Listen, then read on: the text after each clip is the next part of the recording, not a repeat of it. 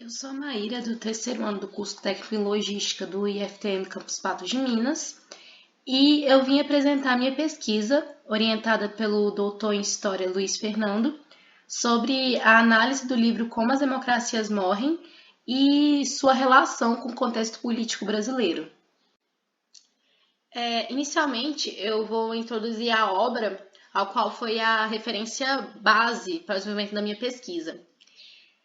O livro Como as Democracias Morrem foi escrito pelos professores de ciência política de Harvard, Steven Levitsky e Daniel Ziblatt, e seu objetivo era compreender como países estruturados em uma democracia regrediam a um estado de autocracia. Quais eram os motivos e meios que facilitavam o chamado retrocesso democrático. E, desse modo, após eles analisarem diversos países que passaram por esse retrocesso democrático, como Hitler na Alemanha, o governo do Maduro na Venezuela e entre outros, eles encontraram uma sequência de comportamentos autocráticos que favoreciam esse retrocesso democrático desses países. E assim, eles criaram uma espécie de questionário que nos leva a verificar se determinado estado está passando por esse retrocesso democrático e pode ter sua democracia prejudicada. A obra possui um foco principal ao governo Trump dos Estados Unidos, mas também pode ser utilizada para analisar o Brasil com o governo Bolsonaro. Como material e métodos, foi utilizado consultas em notícias publicadas em sites como UOL, Globo e entre outros, e essas notícias foram relacionadas com a tabela 1 do livro, que possui a finalidade de indicar esses comportamentos autoritários, como foi citado anteriormente.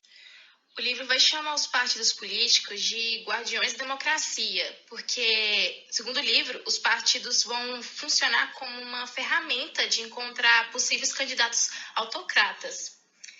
E, desse modo, eles vão impedir que a sua candidatura siga adiante. Mas esses políticos podem demonstrar esse caráter autocrata apenas após a sua eleição, como o exemplo do Viktor Orbán, primeiro-ministro húngaro, que governou democraticamente de 1998 a 2002 e apenas em 2010 apresentou caráter autocrata. E assim, baseando nesses exemplos, os autores criaram a tabela 1, presente no livro, que contém 4 principais indicadores de comportamento autoritário. Eles vão afirmar também que, caso um político se enquadre em um desses critérios, ele pode ser considerado uma ameaça para a democracia. E eu vou estar apresentando que o Bolsonaro ele se enquadra em vários desses critérios. O primeiro indicador criado pelos autores está descrito comportamentos que políticos autocratas apresentam em recusar normas que vão definir o termo da democracia. E na entrevista para a TV Bandeirantes em 1999, o Bolsonaro disse com as exatas palavras: "Eu só nego tudo que for possível. Se eu puder não pagar o negócio com nota fiscal, eu não pago, porque o dinheiro vai para o ralo, vai para sacanagem", admitindo que só negava impostos. Dessa maneira, as falas do Bolsonaro revelam que há uma rejeição à Constituição e uma disposição de violá-la, já que essa negação de impostos é uma prática que vai em oposição à Constituição. Em abril de 2020, com a pandemia já presente no país, houve ondas de manifestações de extrema-direita que pediam o fechamento do Congresso Nacional e a volta do AI-5. E o presidente Bolsonaro participou dessa manifestação e representou seu apoio por meio de um discurso com as exatas palavras: "Vocês estão aqui porque acreditam no Brasil. Nós não queremos negociar nada. Nós queremos a ação pelo Brasil. O que tinha de velho ficou para trás. Temos um novo Brasil pela frente. Todos, sem exceção, têm que ser patriotas. Acabou a época de patifaria. É agora o povo no poder. Mais do que um direito, vocês têm a obrigação de lutar pelo país de vocês. Contem com seu presidente." Esse discurso se enquadra no critério comportamental que endossa de meios extraconstitucionais para influenciar mudanças no governo. E a tentativa de minar a legitimidade das eleições, seja de anteriores ou a sua própria, também se classifica como um comportamento de rejeição do jogo democrático. E o Bolsonaro, ele se mostrou contrário à aceitação do resultado da eleição de 2018 se ele não fosse o vencedor. E a tentativa de minar a legitimidade das eleições, seja de anteriores ou a sua própria, também se classifica como um comportamento de rejeição do jogo democrático. E o Bolsonaro, ele se mostrou contrário à aceitação do resultado da eleição de 2018 se ele não fosse o vencedor. e ele afirmou em uma entrevista para o jornalista José Luiz da Atena as exatas palavras: pelo que eu vejo nas ruas, não aceito resultado das eleições diferente da minha eleição. No segundo indicador, é pontuado como um autocrata tenta reduzir a integridade dos seus adversários políticos para ser eleito. E é utilizada uma técnica de alienação populacional, onde o político antidemocrata faz os eleitores acreditarem que colocar seu oponente no cargo seria um erro, porque ele é um criminoso que cometeria erros contra a democracia. E assim, usando o ódio dos cidadãos contra seu rival, o autocrata possui mais chances de chegar no poder. Nas eleições de 2018, a população estava dividida entre o Bolsonaro e o Haddad, ambos responsáveis pela polarização política que foi construída através do tempo no Brasil e que ganhou mais destaque ainda neste ano de 2018. A esquerda e a direita atacavam os representantes rivais, fazendo comentários que diziam como determinados candidatos acabariam com o país.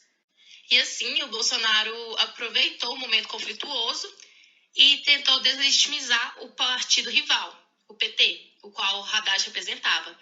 Ele afirmava que o líder do partido era criminoso, comparando ele a chefe de facções criminosas e que comandava da prisão, fazendo referência ao ex-presidente Lula, que até então estava preso em Curitiba esperando seu julgamento pelo STF.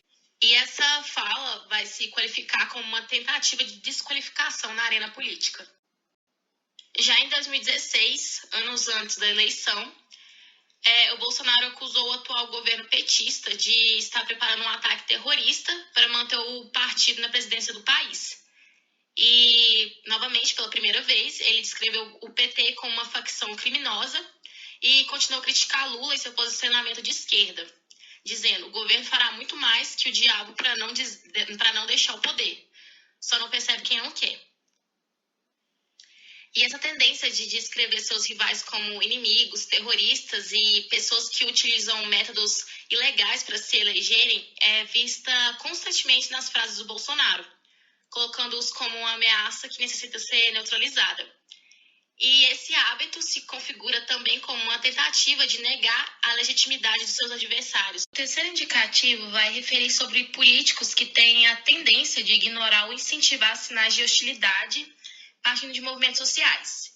E assim, de alguma forma, pode criar uma ruptura na democracia. Um dos comportamentos de um autocrata presente nesse indicador é a incitação de seus partidários para atacar seus oponentes políticos. E essa ação foi vista na campanha eleitoral do Bolsonaro na cidade do Rio Branco, Acre, em 2018, no qual o atual presidente disse nas exatas palavras: vamos fuzilar a petralhada aqui do Acre, hein? Vamos botar essas picaretas para correr do Acre. Já que eles gostam tanto da Venezuela, essa turma tem que ir para lá. Só que lá não tem mortadela, hein, galera? Vão ter que comer capim mesmo. E assim, o Bolsonaro completou sua frase fazendo um gesto de arma e utilizou um tripé do microfone para exemplificar o fuzilamento do seu partido adversário. Uma das frases mais polêmicas do Bolsonaro foi uma que ele fez alusão que possuía certa afinidade com a ditadura militar ocorrida no Brasil, com a seguinte declaração, em 2016, ao programa do Pânico: o erro da ditadura foi torturar e não matar. E essas declarações são interpretadas de forma que deixa explícito que o Bolsonaro não possui compulsão pelas vítimas desse período sombrio do país, demonstrando outro indicativo de autocracia em seu histórico. O quarto indicador vai expressar medidas que antidemocratas utilizam para silenciar a mídia, já que a mídia é um forte comunicador entre os eleitores e pode influenciar a eleição. E o presidente Bolsonaro, ele é bastante conhecido por possuir várias falas que são criticadas pelos opositores e pela mídia. E assim, em 2018, o Bolsonaro ameaçou processar a revista porque, segundo ele, ela estava espalhando mentiras a seu respeito. E desse modo, ele vai se enquadrar no critério que fala sobre utilizar poder legal para silenciar a mídia. E como conclusão, após ter analisado e relacionado as notícias com a tabela 1, é que sim, o governo Bolsonaro apresenta comportamento autocrático e a democracia brasileira pode vir a ser prejudicada futuramente. Essas foram referências e eu gostaria de agradecer à minha instituição e ao meu orientador pela oportunidade de realizar essa pesquisa e por todo o apoio. E obrigada pela atenção.